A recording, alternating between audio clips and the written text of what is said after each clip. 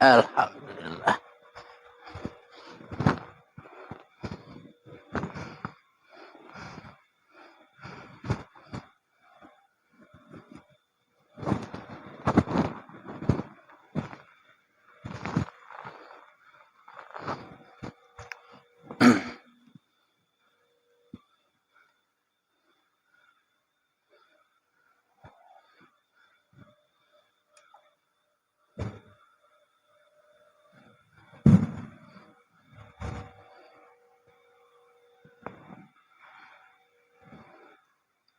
Assalamualaikum warahmatullahi wabarakatuh.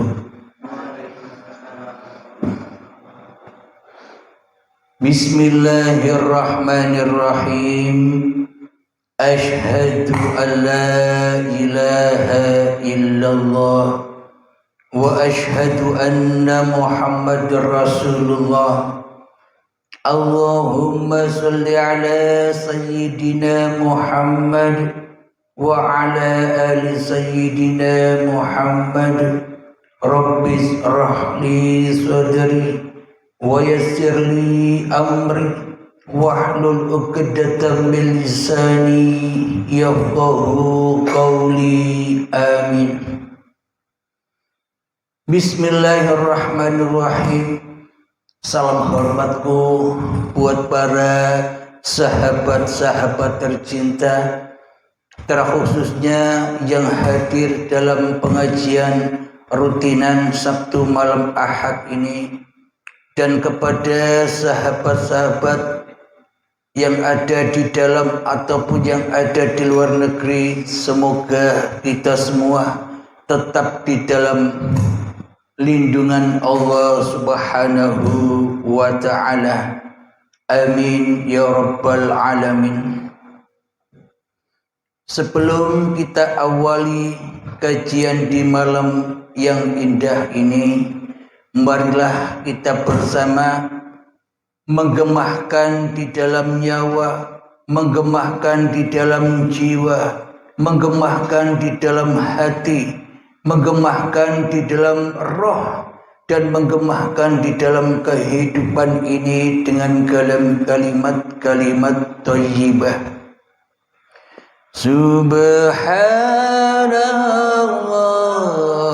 walhamdulillah wa la ilaha illallah wallahu akbar wala haula wala quwwata illa billahil aliyyil azim. Alhamdulillahi rabbil alamin. Kajian malam ini tentang penjara. Selama ini Tuhan telah kita penjara di dalam hati kita. Kewujudan Tuhan telah kita penjara. Kekuasaan dan kehendak Tuhan telah kita penjara. Kehidupan Tuhan telah kita penjara. Pandangan, pendengaran, dan perkataan Tuhan pun selama ini telah kita penjara di dalam hati kita. Seolah-olah kewujudan, kekuasaan, kehendak, kehidupan, pendengaran, penglihatan Tuhan selama ini tak ada di dalam hati kita. Kenapa? Karena Tuhan selama ini telah kita penjara dan kita kubur dalam-dalam di dalam hati kita. Selama ini kita sudah merampas hak-hak Allah sebagai Tuhan. Kita merampas kewujudan Allah dengan wujud diri kita. Kita merampas kehendak Allah dengan kehendak diri kita. Kita merampas kekuasaan Allah dengan kekuasaan kita. Kita merampas kehidupan Allah dengan kehidupan kita. Kita merampas penglihatan, pendengaran, dan perkataan Allah menjadi pendengaran, penglihatan, dan perkataan diri manusia kita di hati kita. Jadi Allahnya kita penjara, Tuhannya kita penjara, sedang sifat-sifatnya kita ambil, sifat-sifatnya kita rampas sebagai sifat diri manusia kita selama ini. Sehingga Allah tidak berkuasa sama sekali terhadap diri kita, kecuali diri kita sendiri yang berkuasa atas diri kita di hati kita selama ini. Berarti selama ini kita sudah mengalahkan Tuhan. Tuhannya kalah dengan manusianya. Seakan-akan kan begitu. Tuhannya dipendam, Tuhannya dipenjara, Tuhannya ditiadakan, Tuhannya digoibkan, Tuhannya tidak dihidupkan alias dimatikan. Diganti dengan hawa nafsu kita yang merasa hidup, hawa nafsu kita yang merasa berkuasa, hawa nafsu kita yang merasa wujud di atas dunia ini.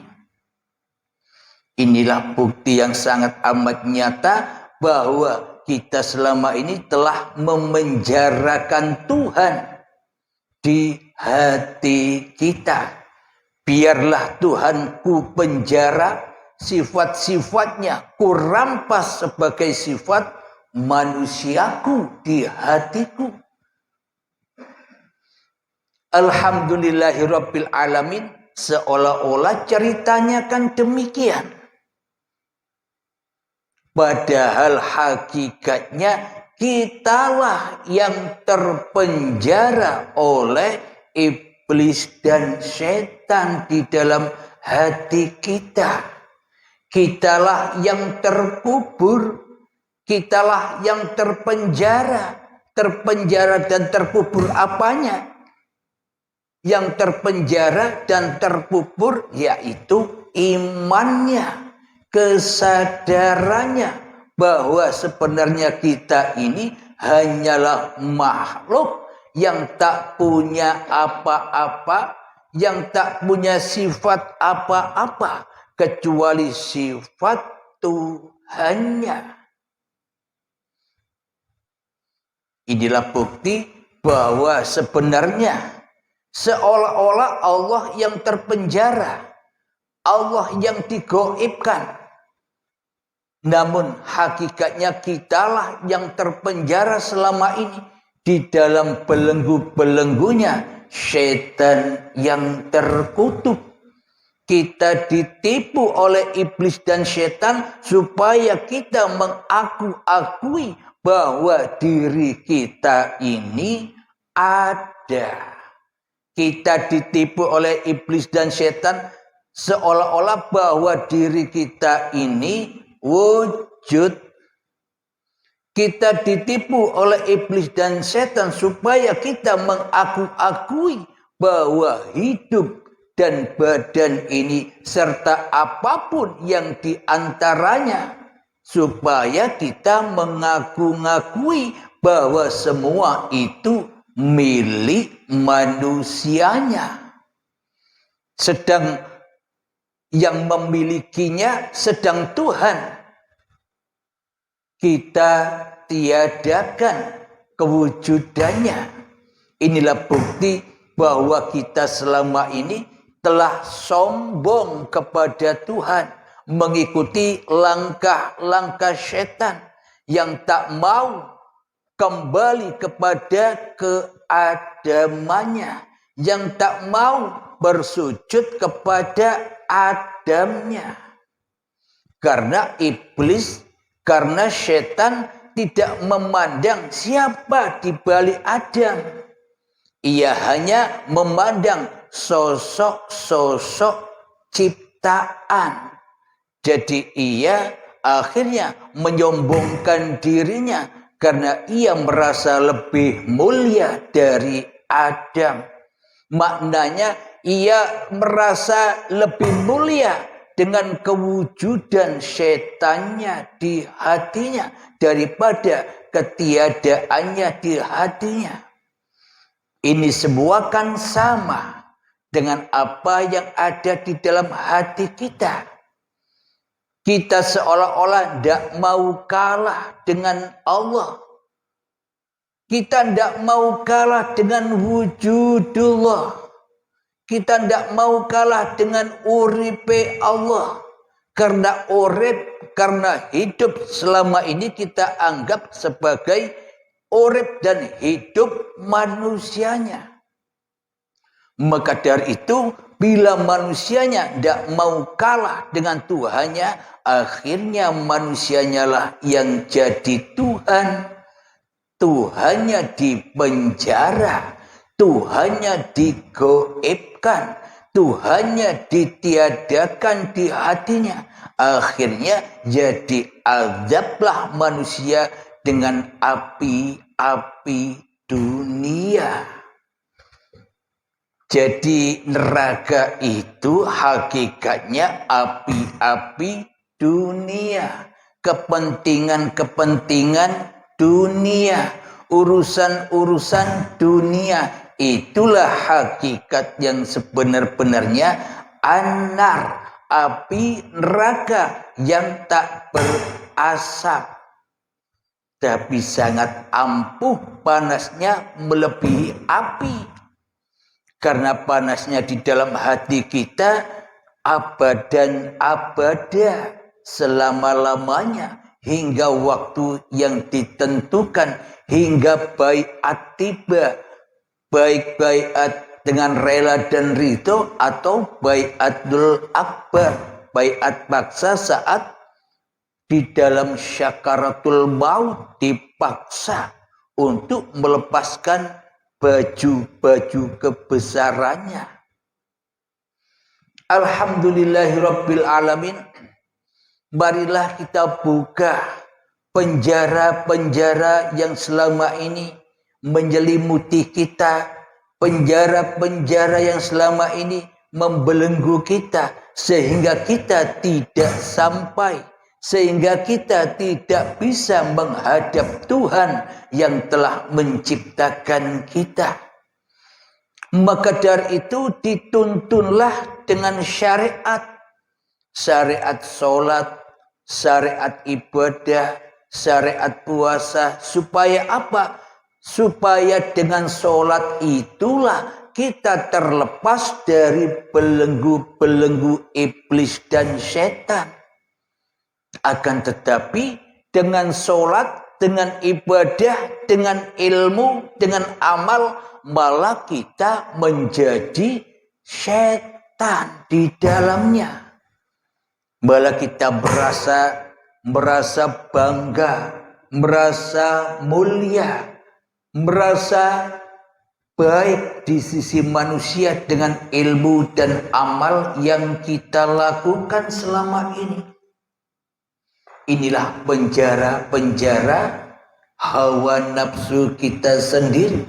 Kita memenjarakan Allah, kita memenjarakan Tuhan, kita sendiri yang terkena penjara dunia. Maka dari itu cara untuk melepaskan belenggu-belenggu itu, untuk melepaskan penjara-penjara itu, yakni dengan melepaskan hawa nafsu kita sendiri, dengan melepaskan nama kita sendiri, dengan melepaskan kemanusiaan kita sendiri, baru kita bisa bebas terbang menuju hadratillah, menuju sisi Allah. Tapi bagi kita yang tak bisa berperang, bagi diri kita yang tak mau mati, bagi diri kita yang masih takut mati, ya selamanya diazab di dalam jahanam ini. Hidupnya sengsara, serba kekurangan, dikasih rezeki ini kurang, ditambah rezeki itu kurang, dikasih jabatan ini belum lega hatinya, ditambah jabatan itu masih kurang, maka manusianya serba kurang, serba miskin. Meskipun kelihatannya banyak harta, meskipun kelihatannya banyak uang, tapi sejatinya hakikatnya masih miskin. Karena ia takut ditinggal dunianya. Itulah kemiskinan yang hakiki. Karena dirinya tak mau mati, maka selamanya ia akan terbakar dengan dirinya dan semua urusannya. Maka dari itu bersyukurlah para sahabat-sahabat yang sudah menemukan Tuhan yang telah menciptakan kita. Kita sudah lepas dari penjara-penjara dunia. Kita sudah lepas dari penjara-penjara amal. Kita sudah lepas dari penjara-penjara ilmu. Kita sudah lepas dari penjara-penjara kebanggaan. Kita sudah lepas dari penjara-penjara kemuliaan yang selama ini kita agung-agungkan di dalam hati kita. Lepas, bebas, enjoy di dalam surganya Allah. Enjoy di dalam sifat jaiznya Allah. Maka dari itu sebelum kita lanjutkan, marilah kita belajar untuk mengalahkan diri kita di hati kita, mengenyahkan kewujudan diri kita di hati kita, membumi hanguskan kehidupan manusia kita di hati kita, agar kita bisa bertemu dengan siapa yang lebih dekat dengan diri kita daripada diri kita sendiri. Bismillahirrahmanirrahim. Mengheningkan cipta mulai 5 menit, saya tunggu, silahkan.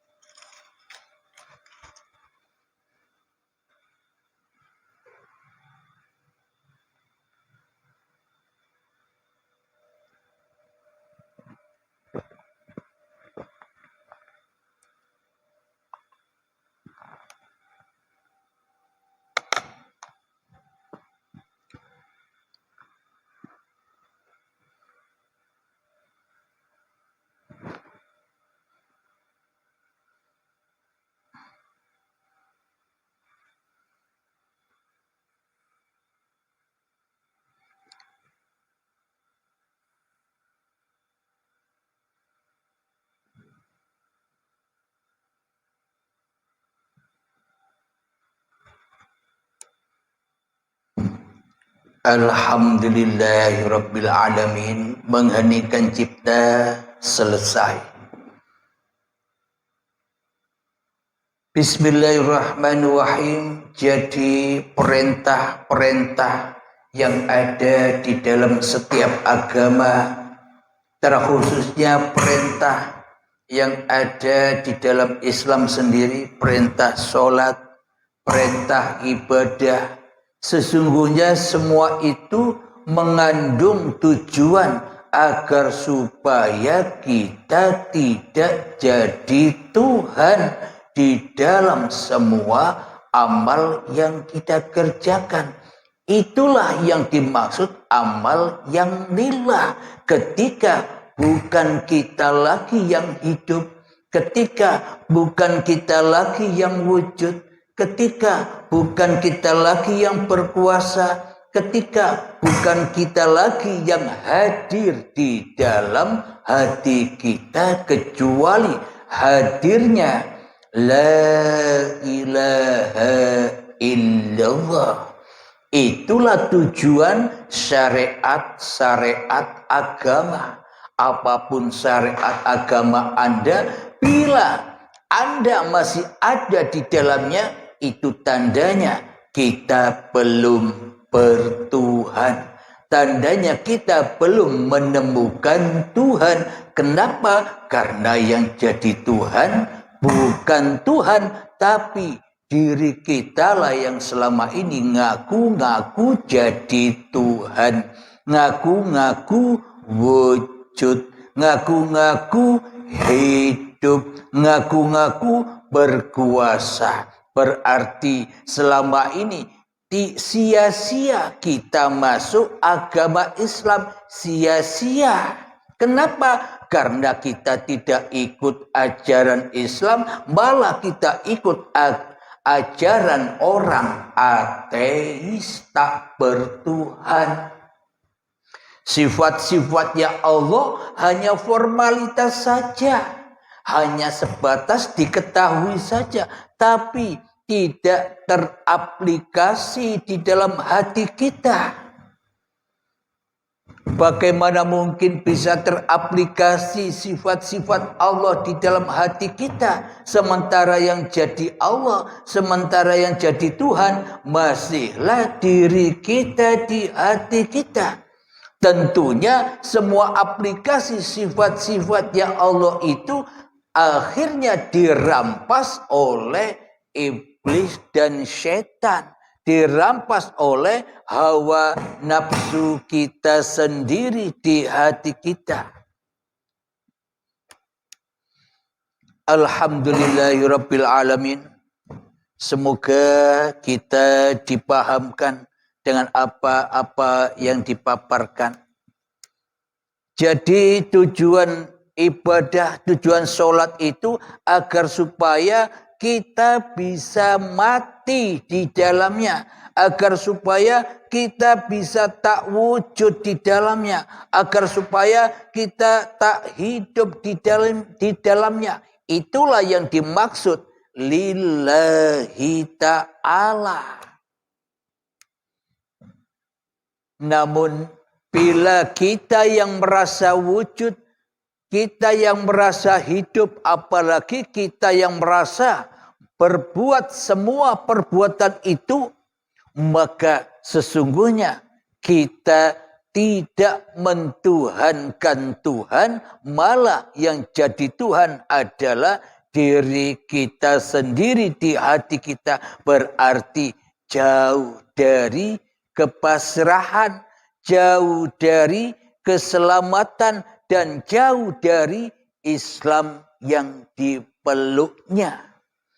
Jadi memeluk agama Islam hanya formalitas saja, agar bisa untuk gaya-gayaan. Agar diketahui orang bahwa kita ini Islam tulen, Muslim tulen.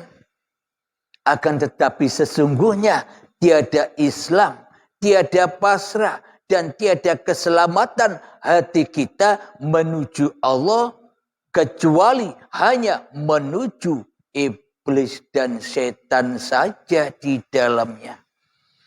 Alhamdulillahirabbil alamin. Semoga pemaparan yang sekejap ini membuat kita semua, termasuk diri saya, menyadari semua kesalahan-kesalahan yang sudah kita kerjakan. Iman yang demikian itulah yang sudah kita imani, yang sudah kita akidai, yakni beriman dan berakidah ala setan, ala iblis. Kenapa? Karena diri kita tak mau dikatakan tak wujud. Karena diri kita tak mau dikatakan tak hidup. Karena diri kita tak mau dikatakan tak kuasa. Inilah bukti bahwa iman kita hanya beriman kepada setan yang terkutuk.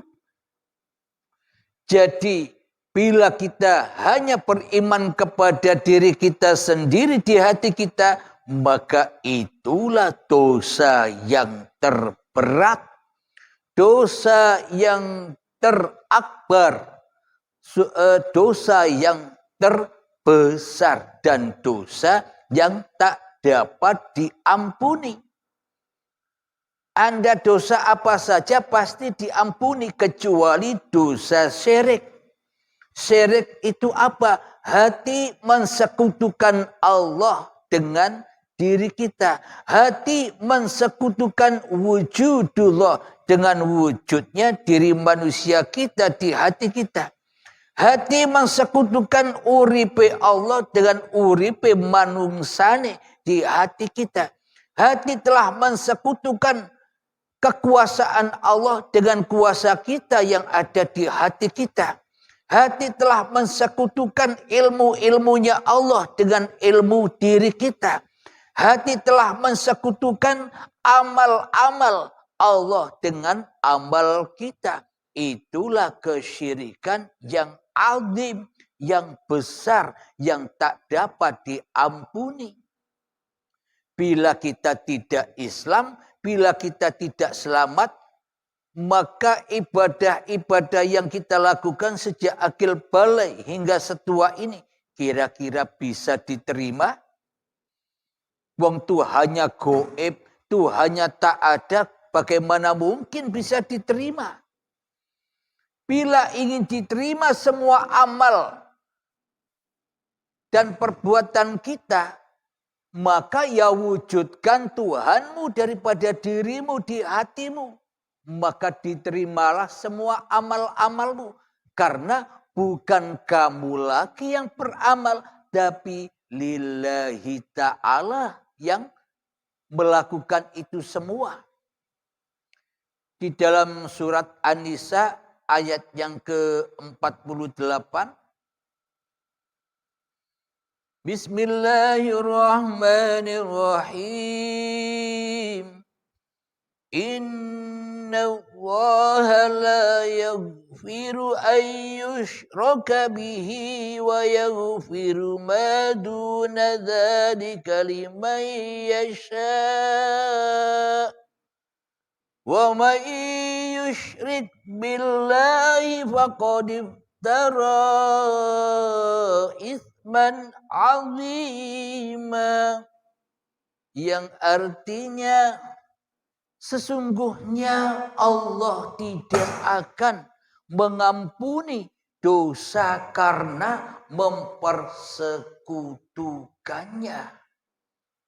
Dan dia mengampuni apapun dosa yang selain syirik.